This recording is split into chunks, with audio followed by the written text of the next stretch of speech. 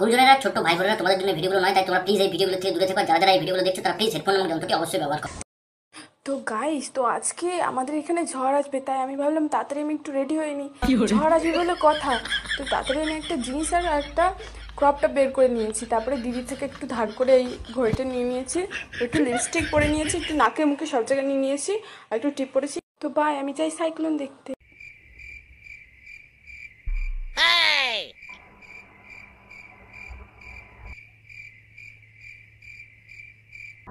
হে রেমালিং, হে প্রভু, হে ঝড়ং দেবতা, এর পরের বারে যখন আসবে প্লিজ গরিব মানুষের ঘর বাড়ি না উড়িয়ে নিয়ে গিয়ে এদের সবাইকে জড়ো করে একসাথে উড়িয়ে নিয়ে চলে যেও। মানে তোমার কোনো সম্মান নেই? হ্যাঁ, মানে তুমি যখন এন্ট্রি নিচ্ছিলে ঠিক সেই সময় এরা কি করছিল একবার দেখো। মানে বলছিলাম কি, এত কিছু দেখার পরেও তোমার কি একটুকু রাগ হয় না?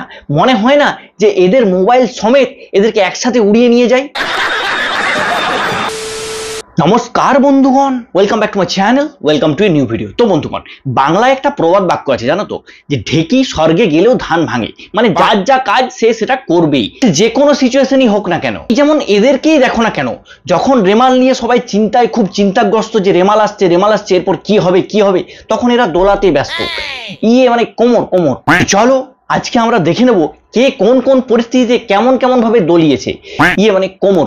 কিন্তু তার আগে যারা এখনো পর্যন্ত চ্যানেলটি সাবস্ক্রাইব করেন, প্লিজ চ্যানেলটা সাবস্ক্রাইব করে পাশে থেকে পাশের বেল আইকনটি অল করে দিও, যাতে পরের ভিডিওগুলো নোটিফিকেশন তোমাদের কাছে গিয়ে পৌঁছায় আর আমার চ্যানেলের সাথে জুড়ে থাকতে পারো। তো চলো আর বেশি দেরি না করে ভিডিওটির গভীরে যাওয়া যাক।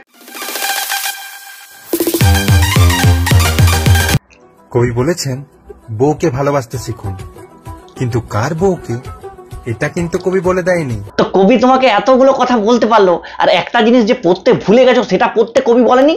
তো একটাই আমার ঠেকেছে, এই যে এইটাই নিলাম, দেখো তোমরা। হ্যাঁ, ওই একটাতেই হবে, একে দিয়ে যাও তো। কি বৌদি, সন্ধ্যাবেলায় কোথায় গিয়েছিলে? তাই নাকি? তারপর এই যা, তারপর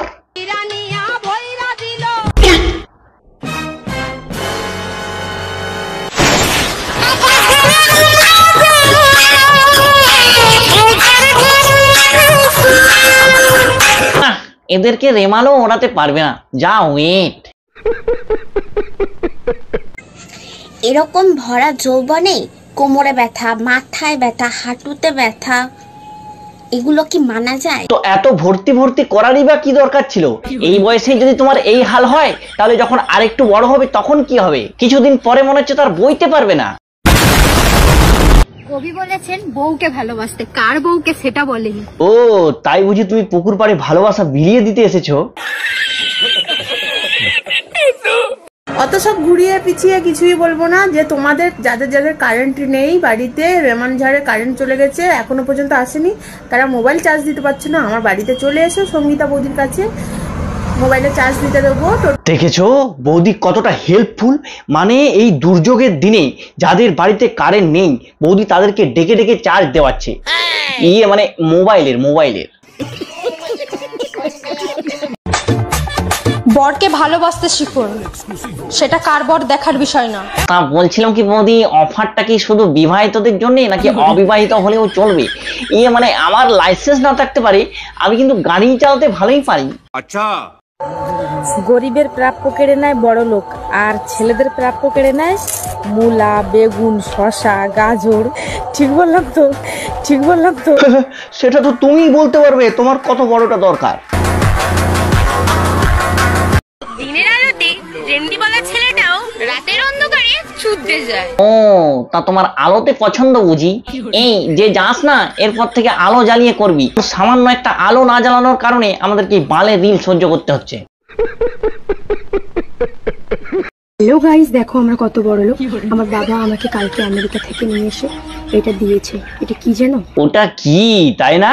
একবার ওটাকে নিচে রেখে ওটার উপর একবার বসে দেখো, ও নিজেই বুঝিয়ে দেবে ও কি।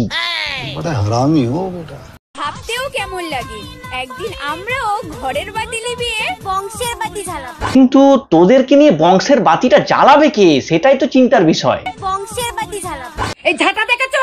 মুখে গুজে দেবো। আমাদের কলকাতায় এখন খুব বৃষ্টি হচ্ছে। তো ঠিক আছে, বৃষ্টি হচ্ছে, এরকম ভাবে লাফানোর কি আছে? জলের সাথে দুধ মিশিয়ে জনকল্যাণমূলক কোনো কার্যকলাপের পরিকল্পনা আছে নাকি? আচ্ছা, চারিদিকে সবাই যদি লয়াল মেই খোঁজে তাহলে আমাদের মতো বেঈমানগুলো কোথায় যাবে? কেন তুমি জানো না কলকাতায় তোমাদের জন্য একটা আলাদা জায়গা সংরক্ষিত করে একদম সোনা দিয়ে মুড়ে রাখা আছে, সেখানে চলে যাবে। হঠাৎ করে দাদুর হার্টের অপারেশনের কথা শুনে পুরো ফ্যামিলির মাথায় যেন আকাশ ভেঙে পড়ল। আসলে তোমরা তো সবাই জানো দাদু অসুস্থতার কারণে বেশ কিছুদিন ধরে হসপিটালে ভর্তি আছে। আর কিছুক্ষণ আগে খবর এলো দাদু নাকি ইমিডিয়েট হার্টের অপারেশন করতে হবে। মানে বাড়া কি দিন এলো? হ্যাঁ, দাদু হসপিটালে ভর্তি আছে এবং তাকে তার নাতনি দেখতে যাবে, সেটা আবার মেকআপ করে। আসলে তোমরা তো সবাই জানো দাদু অসুস্থতার কারণে বেশ কিছুদিন ধরে হসপিটালে ভর্তি আছে। আর এই ঝাঁটা দেখেছো? মুখে গুজে দেবো।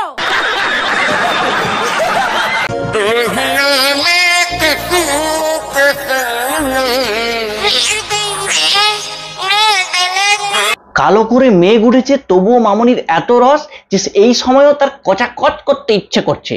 শালা এদের মাথায় বড় হুলও পড়ে না। নজর না লাগে তুঝে ভোসড়ি वाली।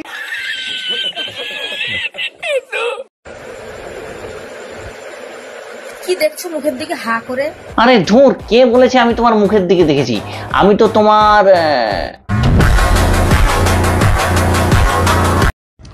ফোন আছে, ব্যালেন্স আছে, কিন্তু সারা রাত গুজুর গুজুর করার বয়ফ্রেন্ড নেই। কষ্ট যে বলো, থালা দিয়ে দিয়েছে, খাবার দিচ্ছে না। শোনা গো আমার, সারা রাত গুজুর গুজুর করার বয়ফ্রেন্ড নেই। শুধু বয়ফ্রেন্ড না ঠাকুমা, শুধু বয়ফ্রেন্ড না, ভালো করে নিজেকে আয়নায় দেখো, দেখলেই বুঝতে পারবে যে সারা রাত ওইসব করার মতো বয়সও তোমার নেই।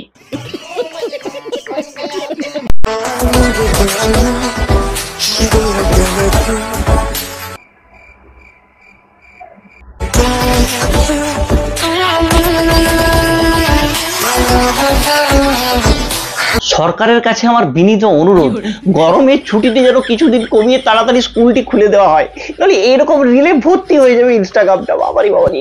এই ওয়েট ওয়েট ওয়েট, তুই কি ভাবছিস তোর জন্য আমি ওয়েট করবো? রাস্তায় পড়া জিনিস কুকুরে খাই, আমি না। চল বেড়া খাই দিচ্ছে।